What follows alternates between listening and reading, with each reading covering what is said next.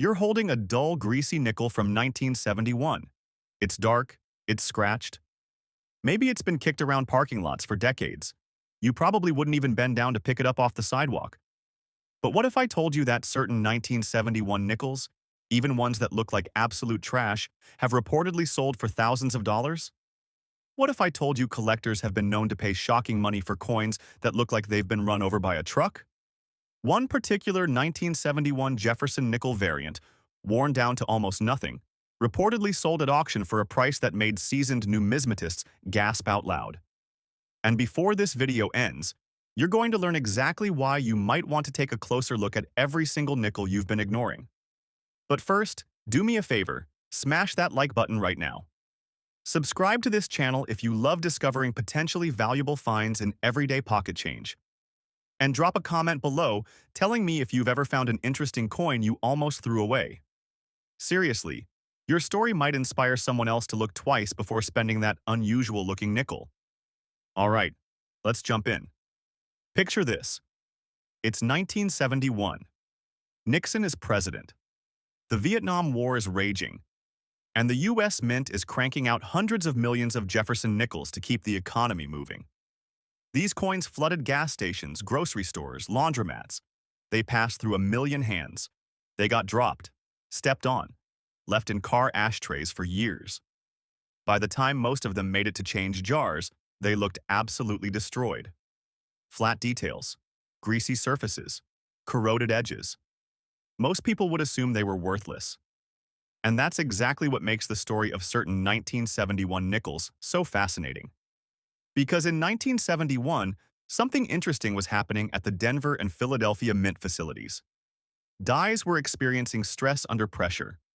Planchets were occasionally being struck off-center. And in a few documented cases, mint workers apparently created doubled die errors so dramatic that even a coin worn down to good for condition can reportedly still show traces of the mistake. These errors weren't supposed to exist. But according to numismatic records, they did. And today, collectors are actively searching for them. Here's the thing about Jefferson Nickels that many people don't realize. While condition certainly matters, rarity can matter even more. A pristine, uncirculated nickel from 1971 with no errors might be worth around $1 in today's market. Maybe $2. But a worn, dark, circulated nickel with a strong doubled die obverse? That's a completely different story. Let me show you what the auction records suggest. A heavily circulated 1971 Jefferson nickel with no errors, the kind you'd find in your couch cushions, is typically worth 5 cents. Face value. You already knew that. But now imagine you're examining a 1971 D nickel with a repunched mint mark error. The D was stamped twice, slightly offset, creating a ghost image underneath. This error can reportedly be visible even on coins graded Very Good 8. According to Heritage Auctions records, a coin like that with heavy wear has sold for around $350. $350 for a coin most people would spend at a vending machine without a second thought. But the documented sales get even more interesting. Consider that same 1971 D nickel, still circulated, still showing significant wear, but this time with a full doubled die obverse error. The word Liberty shows clear doubling. The date shows separation. Even Jefferson's profile has a faint shadow. When graded fine 12, meaning it's seen years of circulation, auction records show this coin has reportedly sold for approximately $2,100. Let me repeat that. $2,100 for a nickel that looks like it survived a garbage disposal. You starting to see the pattern here? Because serious collectors aren't necessarily looking for beauty. They're looking for anomalies. They're looking for mistakes the mint never intended to release. And in 1971, those mistakes apparently occurred more than you might expect. Let's talk about off-center strikes. In 1971, a small batch of nickels were reportedly struck wildly off-center, some by as much as 15%. These coins show only partial design elements. Part of Jefferson's face is missing. The date might be cut off. The reverse might show only half of Monticello. And even in circulated condition, when graded Very Fine 20, auction records indicate these off-center error nickels have sold in the range of $900 to $1,400, depending on how dramatic the misalignment appears. But here's where the documented sales become absolutely fascinating.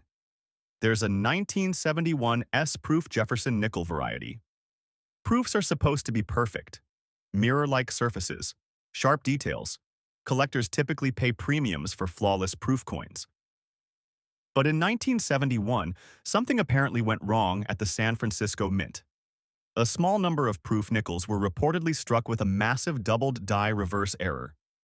The columns of Monticello are doubled. The steps are doubled. Even the inscriptions are separated and shadowed. Now, you'd think a proof coin would be locked away safely, right? According to numismatic history, some of these proof sets were opened and the coins were actually spent. And today, even a damaged, cleaned, or improperly stored 1971 S-proof doubled die nickel, graded around proof 60 or lower, has reportedly brought $8,000 to $12,000 at auction. $8,000. For a coin someone might have removed from a proof set and used to buy candy in 1972. And if someone were to find one in higher grade, still showing that mirror finish and clear doubling? Auction records suggest values around $25,000 or more. But listen closely, because this is the part that's truly remarkable. There's one 1971 Jefferson Nickel error that reportedly eclipses all the others. It's so rare that most dealers have never seen one in person. It's called the 1971 No S proof nickel, and finding one would be an extraordinary discovery. Here's what apparently happened. In 1971, the San Francisco Mint was supposed to strike all proof nickels with an S mint mark below the date, every single one. But due to what's believed to be a catastrophic die error, a tiny number of proof nickels were reportedly struck without any mint mark at all. No S, just a blank space. This wasn't supposed to be possible. Proof dies are carefully inspected, but somehow, according to numismatic records, a few apparently slipped through, and the documented auction results are stunning. A lower grade example, graded proof 63, reportedly sold for $126,500 in 2019. A higher grade specimen, proof 67, apparently hammered for over $200,000. And in 2021, a nearly perfect proof 68 example reportedly shattered records when it sold for approximately $506,000. $500,000. For a nickel. A nickel that might have been sitting in someone's desk drawer for 50 years. So here's what you might want to consider doing. Take a look at any 1971 nickels you happen to own. Whether they're dark, corroded, or look like they've been through a lawnmower, it might be worth examining them. Check the mint mark. Look for doubling. Check for repunched marks. Look for off-center strikes. Because somewhere out there, in a forgotten coin jar, in a musty attic, in a box of loose change from someone's grandparents, there might be a 1971 Jefferson Nickel with features that collectors actively seek. The lesson here is simple. Appearance alone doesn't tell the whole story. That worn nickel in your collection might be worth a closer look.